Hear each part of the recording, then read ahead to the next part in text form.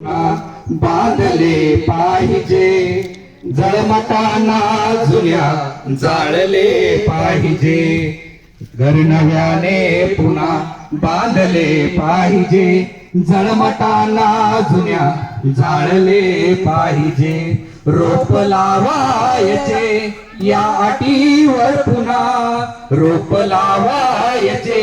या अटीवर पुन्हा भर उन्हाळ्यातही ते पोसले पाहिजे